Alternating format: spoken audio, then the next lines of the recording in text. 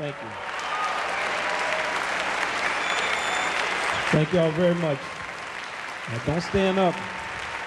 Don't stand up. I don't want y'all to stand up.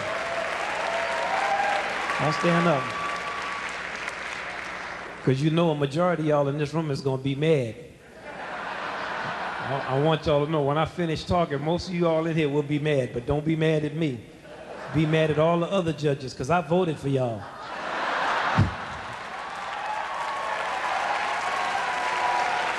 That's right. I want to first of all thank all of you very, very much for coming here. Glad that we all arrived safely and we played. I want to say that my heart goes out to everybody. I know I see people up there nervous, rubbing their hands on their pants, trying to act like they're cool. And it's been a great pleasure for us to hear everybody. We're fully cognizant of how hard everybody has worked and what has gone into you all getting here and how much pressure it is for you to stand up on the stage as large as this in front of people and play and be judged.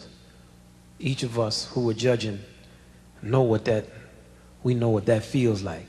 So I want you all to know that we're not unsympathetic to everybody that's playing. We have a job to do in this. This is the part of doing this that I hate doing the most. Okay, everybody's smiling now, but they're gonna be, oh, man. I want to just ask y'all to do one thing for me. Patronize me after you have not done what you wanted to do. Act like it doesn't make a difference to you. Just put that fake smile on. But I do want to say, for those who didn't win or do what they wanted to do, sometimes that's the thing that will teach you the most. I can remember competitions I entered when I was in high school, and boy, I just knew I was going to win and would lose, and I'd look at my daddy, man, they cheated me. He said, man, I heard you play. They did you a favor. So, you know, back to the woodshed. That's what's happening. We all enjoyed hearing the bands. I'd like to introduce our judges. And we've had a great time listening. We didn't do a lot of talking. We have Miss Toshiko Akiyoshi.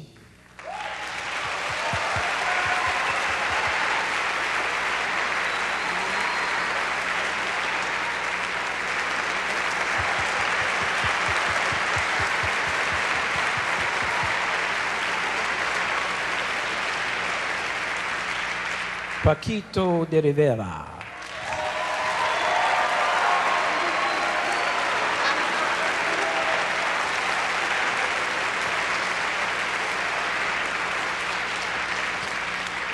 Mr. Chuck Israels.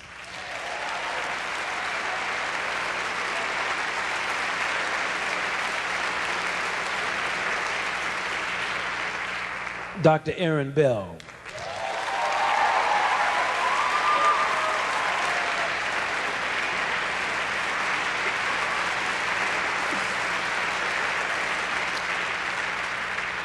Now, we have 5 criteria that we use in judging. 5 categories. 1, soulfulness and swinging. That's one that's very, very important. Your band might be very well rehearsed, but you got to swing. And you got to play with some soul. That's what this music is about. And playing with soul just means that when you finish playing, people feel good. Not necessarily excited, but good. That's the warmth of the music. The second is soloing and improvisation, which is the soloists who got up to play, did they address the harmonic progression? Were they comfortable with the vocabulary of jazz? Did they sound like they had heard people solo? Were they comfortable? Was the environment, were they interacting with the rhythm section? Was the band playing together? And were they making a coherent statement and organizing their solos? The other was interpretation. A lot of little different things. We saw people doing interesting different things with the music, starting off with bass solos, putting dynamics in certain places, dropping back behind the time. Chuck was saying he noticed certain things. Yeah, man, I like this. What is the director's interpretation of the music? We're not looking for something that sounds exactly like the recording. We're looking for something that has the spirit of the music, that shows some type of originality and intent to swing and imagination. The other is technique, very important. You know all the parts, you're cutting off on time, the entrances. Now there's two types of technique. One, the individual technique, and the technique of the ensemble. That's how does the band sound together. Another part of technique is knowing the arrangement, something that we noticed kind of was lacking in a lot of our bands. Individuals might sound good, but one good section is Never No Lament, where the piano comes in playing the first statement of the melody and the trombone is answering. Well, a lot of times people were playing it like it was a trombone solo. So the whole meaning of that part of the arrangement is not being dealt with. Ensemble techniques, the ability to execute difficult passages with some style and some elegance, just that you sound like you practiced and you have a certain level of morality as a musician. And then, last but not least, tone and intonation. We're sitting in the same spot. Some bands come out and they have a well-developed sound.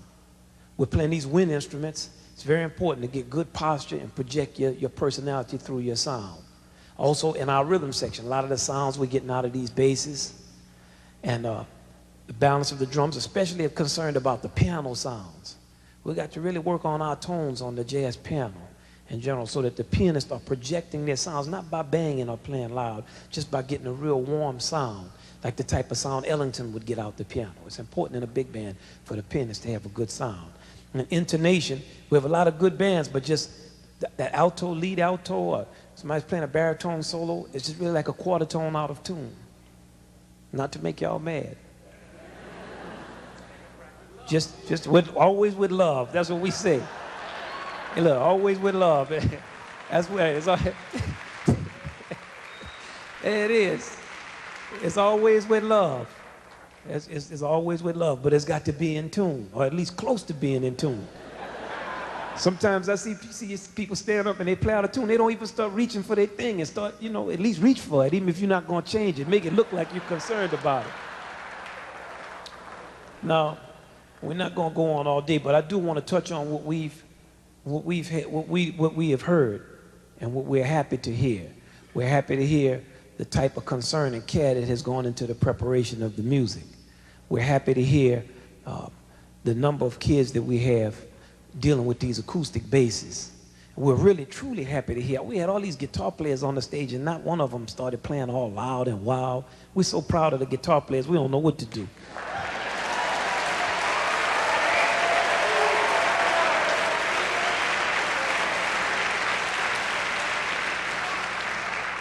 Now, we want to stress certain things. First is soloing.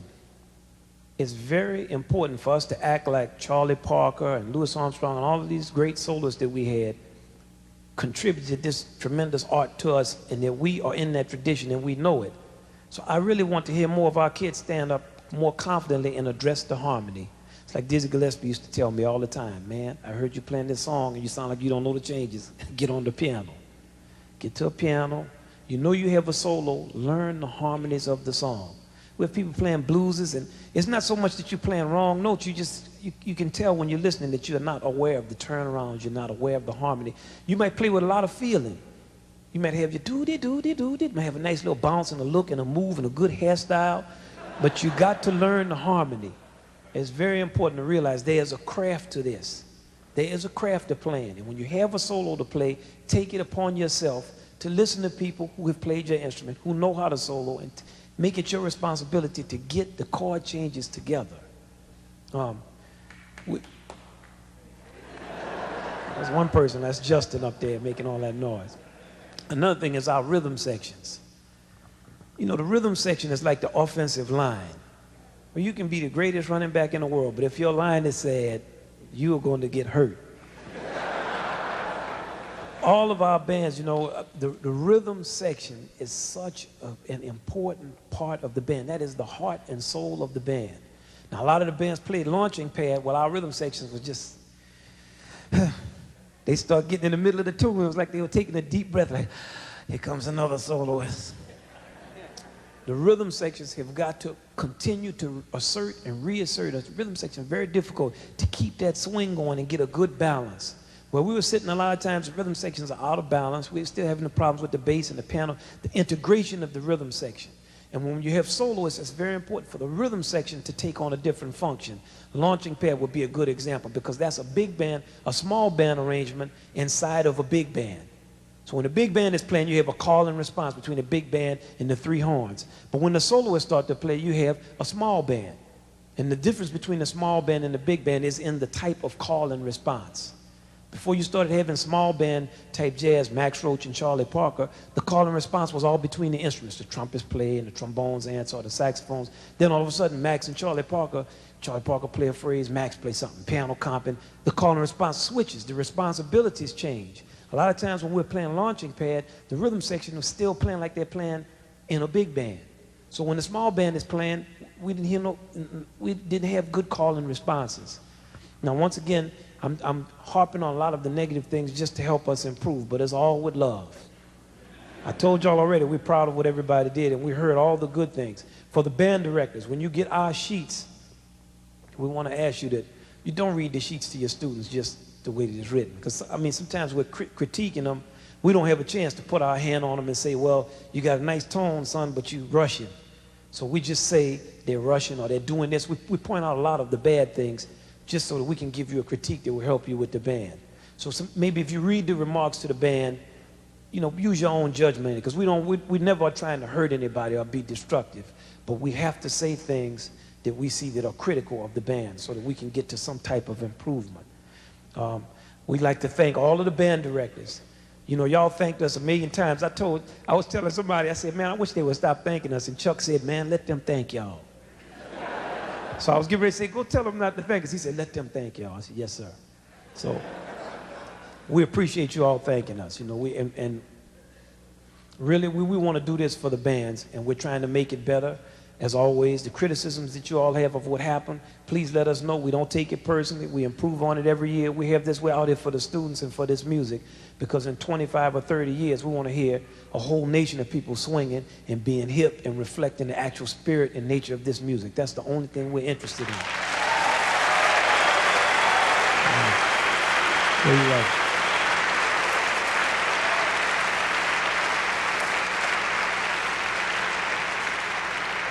Also, before I finish, really want to thank all of the parents. Want to thank all of the students for the effort. It's just one letter that I really wanted. Y'all have that letter from the school? I want to read this. No, that's not the letter. That's well, I need that. Yes, that's what everybody's waiting to hear. They're not interested in this letter. You know what a letter is? And this letter is very important, because I want to read this letter to everybody, because it's something in this letter that's very important for us to understand. You know, when you're young and you're a teenager, you're still dealing with yourself. You don't have a lot of time to think about anything else, really. But it's something very important for you to understand how many people are responsible for you being here, down to sponsors and people who've contributed money to this, people that you will never meet, who take the money that they earn and make it possible for us to sit up in here today, talk about jazz music, send these scores all over the country, and provide these services. Now, this is a letter that comes from North High School, in Wisconsin, Eau Claire. And it's to Bruce Herring and the Memorial High School Jazz Band. It says, now this is a competing band. It says, congratulations on all of your recent accomplishments, especially with earning the honor of being chosen as a finalist in the Essentially Ellington Jazz Band Festival. He said he attended the clinic that we did with Sun Prairie Jazz Band at the Midwest Clinic in Chicago, and he was impressed. And he said, he tells the band, you all are in for a fabulous experience. Now, he says, please accept this donation from our band parents' organization, students, and from me, to help defray some of your expenses for this tremendous learning opportunity. We wish you all the best. Enjoy the sights and sounds of New York City. Now, that's what this is about. This man's band lost. His parents, his students, they contributed their money for the band to come here today. That's why we all are here, for that type of spirit. And that's what makes our music great.